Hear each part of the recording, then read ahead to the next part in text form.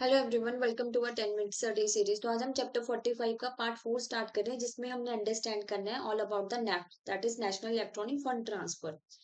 तो after watching this video आपको clearly पता चल जाएगा इस पर्टिकुलर टॉपिक की importance from examination point of view से, कितनी डेप्थ में आपने इसको पढ़ना है और कौन कौन से क्वेश्चंस आप एक्सपेक्ट कर सकते हैं। अगर आप जैव एग्जामिनेशन की प्रिपरेशन को और आसान बनाना चाहते हैं तो you should have a fair idea of previous year questions, most important topic and important MCQs, जिसका हमने बहुत ही बढ़िया पीडीएफ डॉक्यूमेंट तैयार किया है। डिस्क्रिप्शन बॉक्स में जाके आप फाइल को एक्सेस कर सकते हैं। तो चलिए स्टार्ट करते हैं with our today's topic, that is national electronic fund transfer. देखिए, ये नवंबर 2005 में आरबीआई ने लॉन्च किया था, जहां पे आप फैसिलिटेट किया जाता है कि आप क्विक फंड ट्रांसफर कर सकते हो। Now this facility is available 24/7। Earlier जो था, कुछ टाइम लिमिट्स थी कि fourth Saturday and second Saturday को अलाउड नहीं था नेफ्ट ट्रांजेक्शन, बैंक हॉलीडेज होती है ना। बट अब दिसंबर 2019 के बाद आरबीआई ने इसको 24/7 कर दिया कि आप कभी भी किसी भी टाइम जो है ना फंड ट्रांसफर कर सकते हो। आप रात के 9 बजे फंड्स भेजना चाहते हो कहीं पे, तो आप भेज सकते हो। तो यहाँ पे एक और चीज जो हमें ध्यान रखनी है, दैट इज कि only network branches of banks are part of the system. जो आरबीआई के नेटवर्क, कम्युनिकेशन नेटवर्क पे जुड़ी है ना, वही ब्रांचेस जो है ना नेफ्ट सिस्टम के थ्रू फंड्स ट्रांसफर कर सकती है from one bank to another bank. तो यहाँ पे बैंक का जो अपना नेटवर्क है, that could be used as a inter bank communication. अब आरबीआई की रेगुलेशंस के अकॉर्डिंग, रूल्स के अकॉर्डिंग, जो ऑल बैंक ब्रांचेस हैं that need to enable NEFT and RTGS. Now NEFT transactions किसी भी अमाउंट में की जा सकती है, ऐसा कोई रिस्ट्रिक्शन नहीं है कि इतना अमाउंट होना चाहिए। ऑल्दो इसमें तो पैसा कंपोनेंट भी इंक्लूड है। मान लीजिए आप इतने फंड ट्रांसफर करना चाहते हो, तो you can send through NEFT. तो पैसे की वैल्यू भी बीच में इंक्लूड हो जाती है, एंड कोई अपर वैल्यू लिमिट नहीं है कि कितनी ट्रांजेक्शन होनी चाहिए। अब ये इसका प्रोसेस फ्लो है कि कैसे फंड ट्रांसफर होते हैं। तो इसमें जो मेन पार्टीज हैं that are included like a sender, जिसने पैसे भेजने, मान लीजिए यहाँ पे राम है जो पैसे सेंड करना चाहते हैं अपने फ्रेंड मोहन को। मोहन इज बेनिफिशियरी या रिसीवर। तो ये सेंटर बैंक हो गया, आपका पुलिंग सेंटर है, क्लियरिंग सेंटर है, रिसीवर बैंक, बेनिफिशियरी। तो यहाँ पे राम क्या करेगा, फॉर्म फिल करेगा बैंक में जाके कि नेफ्ट के थ्रू अपने बैंक को अलाउ कर रहा है कि मेरे अकाउंट से आप पैसे जो है मेरे फ्रेंड के अकाउंट में ट्रांसफर कर लो। ठीक है, आजकल तो अल्टरनेट डिलीवरी चैनल्स के थ्रू भी नेफ्ट सर्विसेज अवेल की जाती है, ऑनलाइन भी आप कर लेते हो।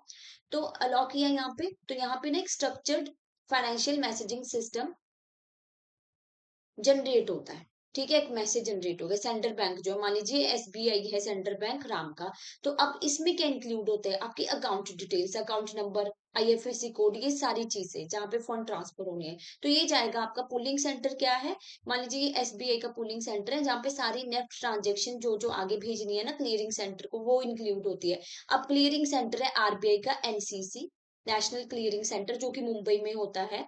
तो यहाँ पे ये क्या करेंगे, सारी डिटेल्स को ऑथेंटिकेट करेंगे। It is working as a middle man between the sender and the receiver bank.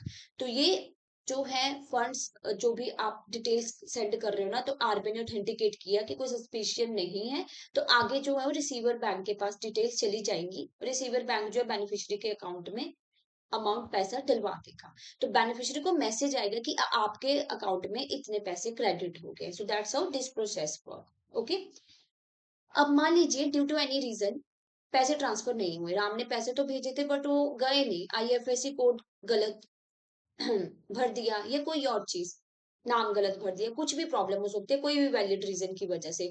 तो सेंडर को इन्फॉर्म किया जाता है इमीडिएटली।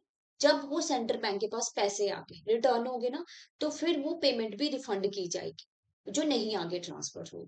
अब बेनिफिशियरी बैंक को एडवाइस किया जाता है कि बेनिफिशियरी को पेमेंट्स के बारे में बताए कि आपके अकाउंट में इतना अमाउंट क्रेडिट हुआ है, इस पर्सन ने किया है और इस टाइम पे। तो वो ट्रांजेक्शन आती है जब आपके अकाउंट में मान लीजिए सैलरी भी क्रेडिट होती है, तो आपको मैसेज आता है कि नेफ्ट के थ्रू हुई है, इतने अमाउंट की गई है, किसने की है, और आप अपने फ्रेंड को भी सेंड करो तो उसको भी मैसेज आएगा और आपको भी आता है। और हॉलीडे है बेनिफिशियरी ब्रांच के, तो या तो वो सेम डे ही क्रेडिट होती है या नेक्स्ट वर्किंग डे पे जो इन्फॉर्मेशन दे दी जाती है कि आपके अकाउंट में पैसे आ गए हैं। अब यहाँ पे जो है ना, हर एक पार्टिसिपेंट बैंक को अपना जो अकाउंट है ना, वो मेंटेन करना पड़ता है नेफ्ट के सेंटर मुंबई में, जहाँ पे जो सेटलमेंट अकाउंट मेंटेन करेंगे वो, जहाँ से उनकी जो भी नेफ्ट की ट्रांजेक्शन है वो आगे एनसीसी के पास जाएगी। तो यहाँ पे जैसे कि हमने पहले डिस्कस कर लिया कि अब आरबीआई ने 24/7 जो है ना नेफ्ट को अलाउ कर दिया है।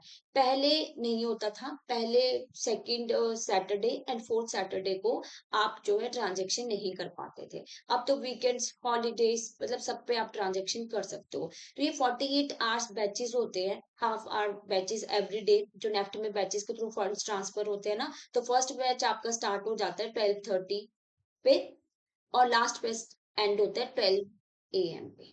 तो that's how these batches go in a NEFT fund transfer. तो all days of the year आप कर सकते हो, हॉलीडेज भी तो कोई प्रॉब्लम नहीं है, आप किसी भी टाइम जो ना फंड ट्रांसफर कर सकते हो, चाहे हॉलीडे है, बैंक हॉलीडे अगर है भी तो आप ऑनलाइन फंड ट्रांसफर कर सकते हो। What you can do, net banking पे आप अपना user name, ID, password add करते हो, तो फंड ट्रांसफर में जाते हो और फंड ट्रांसफर कर देते हो। तो यहाँ पे यही कि अगर हॉलीडे भी है तो कैसे जाएगी, ऑटोमेटिक ट्रांजेक्शन इनिशिएट होती है आपकी यूजिंग स्ट्रेट थ्रू प्रोसेसिंग, जो कि ऑटोमेटिक सिस्टम है, मोड्स बाय द बैंक्स का होता है ये, जिसके थ्रू ना बैंक के सर्वर पे ऑटोमेटिक रिक्वेस्ट जाती है। तो जरूरी नहीं है कि बैंक ओपन हो तो भी ट्रांजेक्शन होगी, तो हॉलीडे पे भी आप आराम से फंड ट्रांसफर कर सकते हो। All right. तो ये हो गया एग्जिस्टिंग डिसिप्लिन, जो ना क्रेडिटिंग द बेनिफिशियरी अकाउंट और रिटर्निंग द ट्रांजेक्शन, वो आपका होना चाहिए with in 2 hours of the settlement, कि आपने पैसे सेंड किए तो 2 आवर्स में नेक्स्ट बेनिफिशियरी को पैसे चले जाते हैं। ठीक है। अगर नहीं भी फंड्स गए तो आपको मैसेज आ जाएगा कि फंड ट्रांसफर नहीं हुए due to this reason, insufficient balance था, आईएफएससी कोड गलत फिल कर दिया था, एनीथिंग।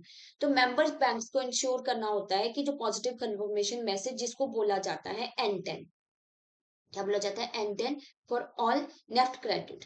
जब भी पैसे ट्रांसफर होते हैं तो एक मैसेज जनरेट होता है, सेंडर्स को भी जाता है और रिसीवर को भी जाता है। तो मेंबर बैंक जो है वो इंश्योर करते हैं कि sending of a positive confirmation message send करना है कि फंड ट्रांसफर हो गए हैं। अब क्या बेनिफिट्स हैं नेफ्ट के, देखो, एफिशिएंट है, secure, reliable.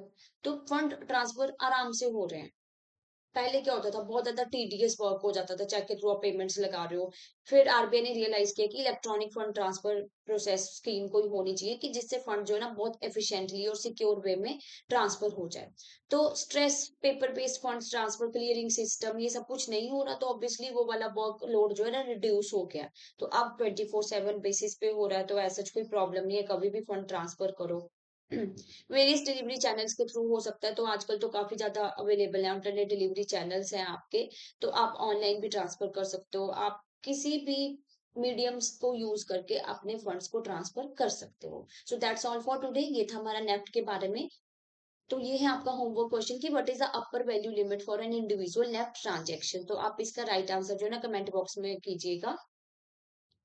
And which of the following feature is highlighted in the NEFT system, कौन सी इनमें से फीचर्स को हाईलाइट किया गया है, that is option C, 24/7 availability for the transaction. पहले नहीं होती थी बट अब अवेलेबल है, कि 24/7 आप फंड्स को ट्रांसफर कर सकते हैं। अगर आप जैप 2025 को टारगेट कर रहे हैं ना, तो we have a master course for you, और इसमें इन 4 सब्जेक्ट्स की जो है आपको बहुत अच्छे से प्रिपरेशन करवाई जाती है विद कॉन्सेप्ट क्लासेस, जो कि रिकॉर्डेड होती हैं। और फिर आपके एग्जाम से पहले लाइव क्लासेस भी होंगी, और फुल लेंथ मॉक टेस्ट आपको प्रोवाइड किए जाते हैं, and along with that short notes भी होते हैं। तो आप इसके बारे में और इन्फॉर्मेशन जानना चाहते हो ना, तो आप हमारे वेबसाइट्स पे जाके, डिस्क्रिप्शन बॉक्स में लिंक दिया है, वहां पे जाके और इन्फॉर्मेशन गैदर कर सकते हो regarding the course, and you can also use the coupon that is JAP75। So and we have another course for you, हमारा लाइव क्रैश कोर्स चल रहा है नवंबर 2025 के, तो उसकी डिटेल्स भी ना वेबसाइट्स पे दी है, डिस्क्रिप्शन बॉक्स में लिंक दिया हुआ है वेबसाइट्स का, तो आप उस सर्विसेज को के बारे में भी इंफॉर्मेशन और जान सकते हो और एनरोल कर सकते हो। In case you have any other query, और आप कुछ और क्वेश्चन पूछना चाहते हो, तो आप हमें कॉल भी कर सकते हो इस नंबर पे, और मेल भी कर सकते हो hello@edutap.co.in। Thank you so much.